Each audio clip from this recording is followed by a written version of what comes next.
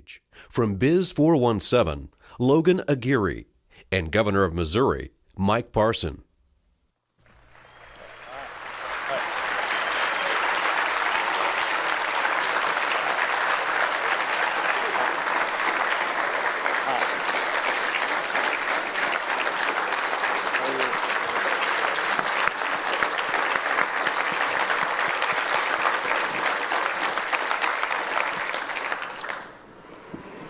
Thank you. Well, this is so exciting, isn't it? Oh my goodness. Wow. Thank you so much for being with us today. Oh, good to be here, Logan. We're so proud to call you a 417 lander. Well, right? That's good. It's amazing. We're also so proud that the First Lady could be with us today, so she's right down here in the front row. Thank you for being with us today as well. You guys are from Bolivar. Is it Bolivarite? What do you call yourselves if you're from Bolivar? That's pretty much right, Bolivarite. I guess you could say okay. that. We'll go with that. We like it. Right. So the first thing I wanted to do today is quiz the governor on how much of a 417 lander he is. So, first up, this one's controversial. Mexican Villa fan. Oh, Mexican Villa, that's right. Oh, yeah? Okay. That would be an enchilada burrito style. Oh, the enchilada burrito style. Okay. Yeah. All right. That one, sometimes that can be a divisive one. Your favorite cashew chicken, favorite place, or? Oh, cashew chicken. Well, I'm kind of a cattle farmer, so I'm kind of a steak guy. Okay. Fair enough. But you got plenty to choose from. But somebody asked me that the other day. They said, "What's your favorite food?" And I told them, I said, it's coming out the truth just as it can be. I'm a cheeseburger guy. Okay. And I love a cheeseburger, no matter about how you fix it. Freddy's is one of my favorite places. All right. I like Freddy's. What about in Bolivar, your favorite place to get a cheeseburger? That's what we probably go to Smith's Restaurant out there on 13 Highway. I like going out there. We'll have to check it out. Favorite thing from Andy's? Oh, buttered pecan. Buttered pecan, that's good. Okay. When you have I know you love your grandkids. When you have a chance, and I don't know if you get to do this now, but if you could take them out for a day in Springfield, where would you guys go? I just come from a place earlier today. We was talking about the Discovery Center, and I remember all of them. They're now from 11 years old to 20 now, but we used to take them to the Discovery Center, almost every one of them. That was always just a great place to go to take your grandkids and enjoy the day. But anytime we get to spend time for our grandkids, wherever it is, it's a good day. That's wonderful. That's great. And then finally, the ultimate test, 417 magazine subscriber. Oh yeah, we enjoy the 417 magazine. You guys made me. There we go. You guys made me Man of the Year there. I got that award or something. I'm not quite used to that where I came from. Oh my gosh. So you grew up in Wheatland. I did. Right? Working on your family's farm. And what kind of kid were you? So if your parents were to describe you, what would they say? No, I was a real good kid. Yeah? Huh. Well, first of all, politically, I'm not going to tell you everything I did when I was a kid because my career would be over. My parents were great people, good Christian people that raised us on a little old farm. Very humble beginning, I want to say, and I was the youngest of 4 boys. And if it wasn't for them and how I was brought up, I wouldn't be here today visiting with you and being the governor of the state of Missouri if it hadn't been for my mom and dad and my family. I'm sure that they'd be very proud of you. I wish they could see. So maybe in their own way they can. Yes, absolutely. So you've been a business owner, farmer, Polk County Sheriff, served in the House and the Senate, and then you ran for Lieutenant Governor and were sworn into that position in January of 2017. This past November, like you mentioned, you were named our Biz 100 Person of the Year. And in that article, you told us that once you were elected Lieutenant Governor, you thought, and this is your quote, "Okay, this is probably a good place to finish."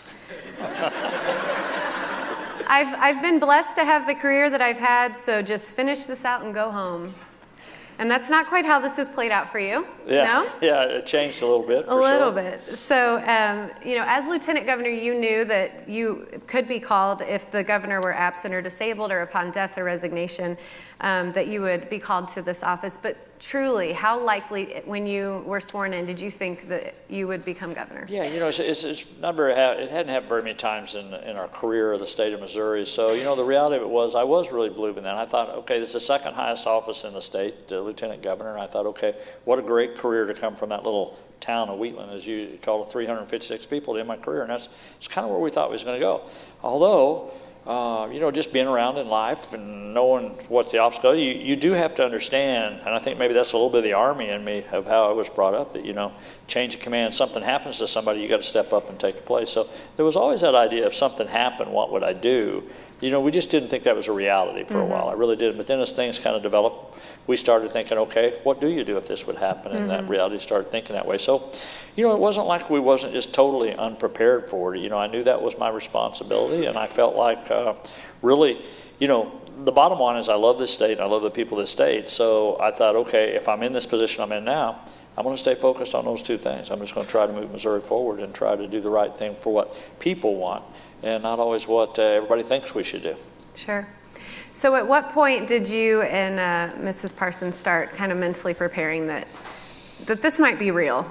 What you as governor and she as first lady? Well, I can kind of go back and reflect on that day a little bit. And this is big news in St. Louis, Kansas City, so every time I go up there they ask me this.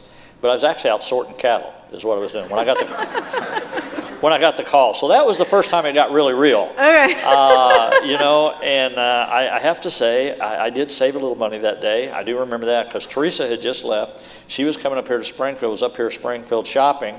So I did say, I did hurt you guys a little bit on your tax sales because I told her to come back home, so she didn't get to shop. I'm so sorry. On that, so she didn't get to spend any money. So, but I think when that took place, I called and asked her to come home. She said, what's happened, and I kind of said, hey, you just need to come home. We need to go to Jeff City. So I think that was the first time that we had really sat down and at the time, you get security and all this stuff starting to develop around you a little bit, but we really wanted to just go to Jeff City by ourselves, just so we had that 2-hour drive, frankly, just to be able to talk and say, hey, our lives are going to change here, and we had no idea. I mean, you really don't till you sit in the seat what the demand of it is. But that's kind of that 2-hour drive was probably a good 2 hours for me and her to really focus on how we was going to handle this. Absolutely. That's great. So take us to June 1st, 2018, 3 days earlier. Eric Greitens had resigned, and now you're being sworn in as the 57th governor of the state of Missouri. What were those few days in between like? Well, after you get over the shock, yeah. You realize that, most people that you're elected official and statewide, you have about 2 months. You have 60 days to prepare, so you have that transition period. The reality of it was we had 60 hours. Yeah. And we went in on a Friday evening at 5 o'clock, so you can imagine going in on Friday. And Monday, we literally had to be ready to go just the office. But the reality of it was, as soon as I got sworn in, I had to be ready on Saturday and Sunday and preparing for everything. So it was demanding, to say the least, when you go into those circumstances, because usually we just you don't transition those state offices like that. Right. So, but anyhow, we met that challenge. We focused, and it's like that background of growing up on a farm. I guess I want to say, you just knew you was going to have to work long. There's going to be some long days. You have to work hard, and that's what we did to get ready. And it worked out. Honestly, it worked out the best for us. And you put together your own team real fast. I mean, I know you kind of had to call on some people that you'd worked with for a long time to. You did. We talked to some people that we knew, trying to figure out. But you can imagine trying to call somebody on Friday night, saying, "I need you to come to work Monday morning." Because they have responsibilities. There are other jobs, and they're good guys, so they want to be respectful for that. But it was amazing how many people were willing to do that because they believed in Missouri like I believed in, and they knew we needed help on that. Because I can just tell you, there's about 31 employees directly in the governor's office. That's in that suite, I guess I want to say, at the governor's office. But we walked in there, if you can just imagine every desk being empty. There wasn't, there was only like 3 or 4 people that was there. And it was the lower line, on people that was there. So, yeah, it was an eye-opener. But you know what? Hey, all of us go through struggles in life from time to time. And sometimes you just got to dig in and get the job done. That's what we did. Well, just from the interaction we've had with your team this past week, they're just wonderful. So you've got a great group around you, and they've just been amazing to work with. So I tell people all the time. Matter of fact, I said it in the State of the State the other day when I was talking. Good leaders are never about being the best. They never are. Good leaders is about making people around you better. That's what good leadership is. And I'm telling you, I have one of the most fantastic staff that work for me day in and day out. And I'll tell you, Wednesday when I did the State of the State the first time, and that was nerve-wracking within itself for me to go up there and do a 30-minute speech. But the reality of it was I recognized my staff, and I'd never been done before in a State of the State, but that's how much I appreciated what they did for the people of this state and to help me get through this process. I saw that. I thought that was really neat. Yeah, I'm sure they appreciated that too. So it's June 1st, you're governor. What is the first thing you do? Oh, the first thing I did, I had one meeting after another, and the first thing that we had in place, we were trying to reach out to other people across the state. And I think you really just wanted people to know, you want to get the stability of the state that says, look, this is tough times for the state of Missouri. We're not used to going through this. And, we're a proud state. We're proud people. We don't like being in the headlines of the national news and things. And I think the big thing I want to do is reassure everybody, look, whatever you think of Mike Parson, I'm going to be stable, I'm going to go in here, and I'm going to make sure government functions the way it should, and we do our job. So everybody needs to be, okay, we're going to function, we're going to move forward. And then we'll figure out the details. We'll figure out the policy. We'll figure out the legislative side of it. But I think it was more just a thing I need to go out there and let people know, hey, everything's going to be okay here. And I think that's just kind of where I'm at in my career, my life, and just I wanted people to know that, and I didn't want them to worry about my work ethic, like, okay, does he know what he's doing? How's he going to do this? I wanted to make sure you knew that, hey, like I said, I believe in this state, and I want to do the best job I can while I'm governor. So you like you mentioned, you just gave your first State of the State address, and the two big priorities that you outlined were infrastructure and workforce development. So. As you know, in Southwest Missouri, and this is the case across the state, but of course it's meaningful for us, and we've talked about it a lot today. It's been a theme that we've talked about, is that our unemployment is so low that business owners like myself and others in the room, we're just stealing each other's talent at this point. Right. It's just a war on that. And then on the flip side, we have a population of people that they're just not trained yet for the jobs that are available. So you talked about best in the Midwest. You put a big vision out there for how you see Missouri long-term in terms of attracting jobs and growing talent. So just share a little bit about that. Yeah, I think two things to remember that. I truly believe workforce development, and I'll talk on it first, and infrastructure are the future of Missouri. If we're going to compete nationally and if we're going to compete with our neighboring states, we got to fix those two problems. And workforce development will be a key to that. Because what you just mentioned, the reality of it is in the state of Missouri, 65 to 70% of the people in the state do not have college degrees. They don't. But we also know that you have to have something besides just a high school diploma. You have to have some sort of secondary education. So the workforce development piece is really, really wants to focus on the people that are 25 years old or less than 80,000 in a family household income. And how do we make sure and give them the skills they need to meet the workforce demands? Because what you're saying, it's great to have a 2.9 unemployment rate, but the problem is you don't have those good qualified workers out there. And Missourians have always had a hard work ethic. But the days of just using a cutoff saw or using just a regular old stick welder is over. You got to have technology in there, and you got to have science, and you got to have math for everybody. So the workforce development piece was really important. That if you're in high school, for example, if you're a student in high school, to really know that what it is you need to focus on for the workforce of the future and where that's going. And one of the things I really want to emphasize that we did in the State of the State, and we're putting money in the budget on workforce development, the private sector has to be part of that. You can't just, the education system, we got a good education system in our state, but the reality of it is we got to start bringing the private sector involved in the education criteria to make sure that they know what the workforce demands are, and that if you're a school counselor, if you're a school teacher, that you make sure start teaching those kids for what the jobs are out there. Because we get too many people with too many degrees, honestly, and sometimes those degrees are probably not as put to good a use as they could of the demand of the workforce. So we really want to focus on it. That was a long answer to your question. No, I think that's great. We get to see examples of that here with GoCaps and other things that we're trying to implement here. So definitely see the value. And I think to go along with that, if you had people in here talking about technology, when you look at STEM education, and that's for people who don't know what that's, science, technology, engineering, and math.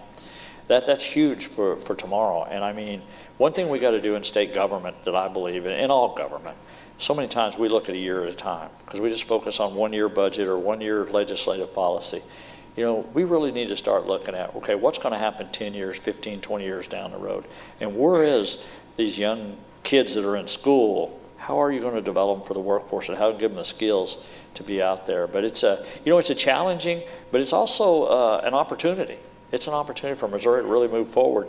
And I'm kind of excited about it as I listen to other states and see some of the things they're doing. There's no reason we can't do those things too. We're excited about some of the announcements you made this week, so that's really great. So this is really a historic time for Southwest Missouri in terms of our leadership in Jefferson City. Right. So I wanted to talk a little bit about that. So of course you as our governor, and then we have Elijah Haar as Speaker of the House. We're going to hear from him a little bit later. And Crystal Quaid as our House Minority Leader. And Scott Fitzpatrick, recently sworn in as Treasurer. So you have a room full of engaged 417 landers here today, and just share with us what that means and why that's so important. Oh, you could get me in trouble here a little bit, but I'm going to go ahead and answer it. Because as governor, you're not really supposed to be partial. I know, but we know we're your favorite. I mean, you can't help that. You know what? I've been pretty open about that. Southwest Missouri's home. It's always going to be home for me. I'm not going anywhere else. But I think what the values that we have here in Southwest Missouri are a huge plus in Jefferson City. And Southwest Missouri is one of the fastest growing areas in the state of Missouri. And we need to take that and utilize that with the leadership that we have right now. So, yeah, I want Southwest Missouri to do well, as I want every part of the state to do well.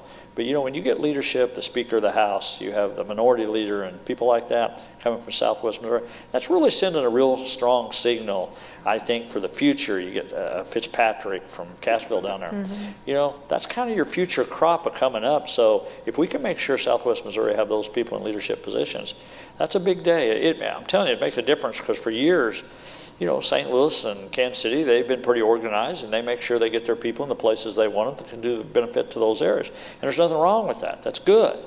But it's Southwest Missouri's time right now. We have an opportunity to do that here. Yes, we do. It's exciting.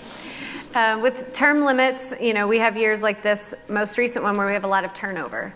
And so we're, constantly needing that pipeline of the next generation that's going to run for office.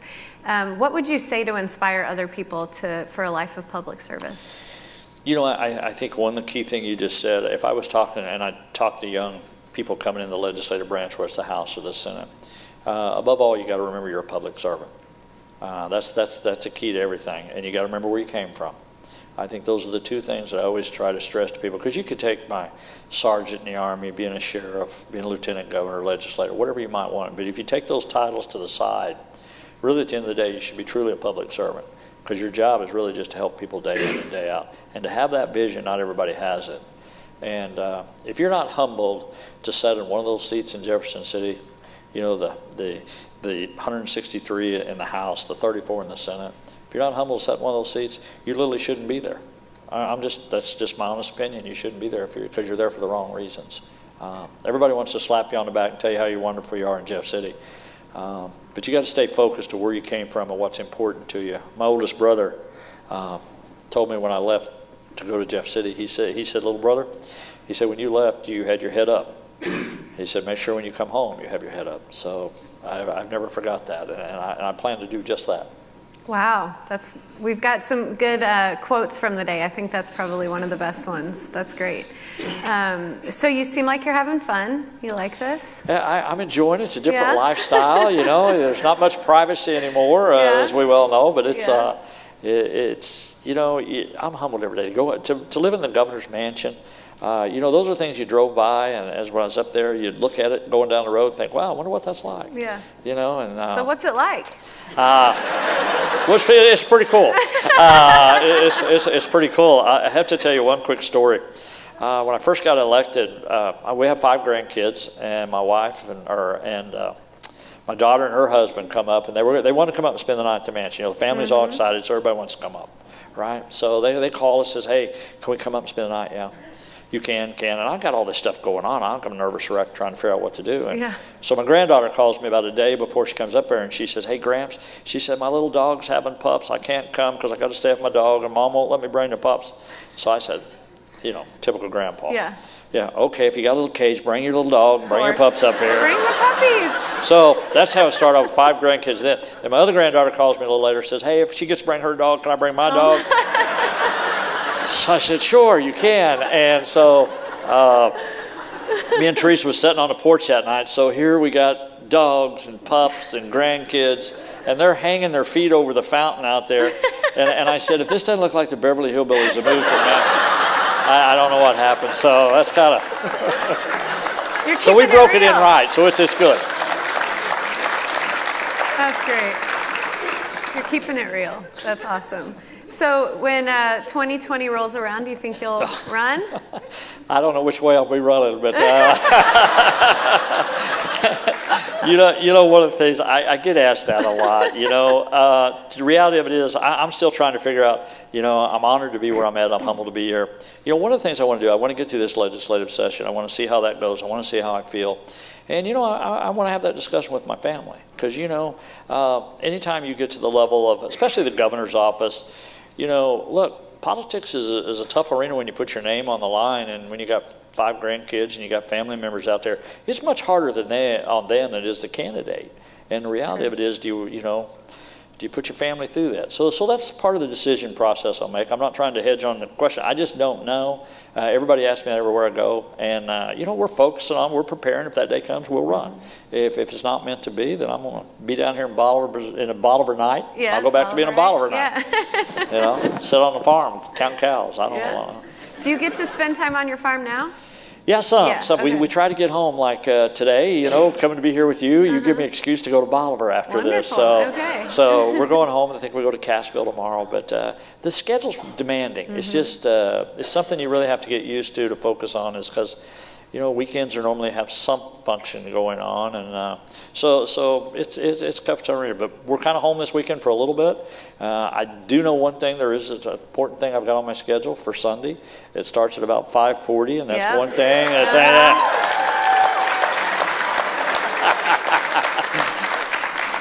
Did I see, were you wearing your Chiefs pin when you did your State of the State? You did. Yeah. You did. That was nice. I like that. Yeah. What are your socks today? I don't. Okay. What's wrong with the Cardinals? Well, see, if you're Southwest Missouri, for most of us, I know we've got a Royals guy out here. I'm going to hurt his feelings real quick, but the reality is, when you grew up, you was a Cardinal fan and a Chiefs fan, right. And the Cardinals, you was a Cardinal fan because of the radio back then. It's because everybody listened to the Cardinals on the radio, and that's how it can kind of be. And so I've always been a Cardinal and a Chiefs fan all through. But look, Missouri's a great sports town. We got great sports teams wherever you go. So I'm one of those guys. I just always enjoy sports. So I don't care what's Royals, the Blues, the Cardinals, the Chiefs. I'm just a little partial to the Chiefs right now. And I think where they're at today, and if they could win that, we get in the Super Bowl. How big is that for the state of Missouri and Kansas City? That's huge. That's huge. I mean, is there a tie-in between you being governor and the Chiefs making it that far? I don't know, but I feel like... if it helps, I'll use that. Yeah, if I do run for governor, I'll use that. Says, hey. Well, we're going to have to wrap up our time here, but you mentioned you came into your role during just a really divisive, disruptive time. Right. And I think any of us in the room are just proud of the way you've handled everything. And well, thank you. Every year we do the Best of 417 poll, and we ask the readers, what's your favorite thing about living in Southwest Missouri? And they always say the people. Yeah. And I think you speak to it. You speak to the humbleness, the character, the work ethic, and I think we're just all proud to call you a 417 lander. Thank you so much for everything you do. Well, thank you for having me here, Logan. I appreciate it. It's an honor to be here. Thank you very much.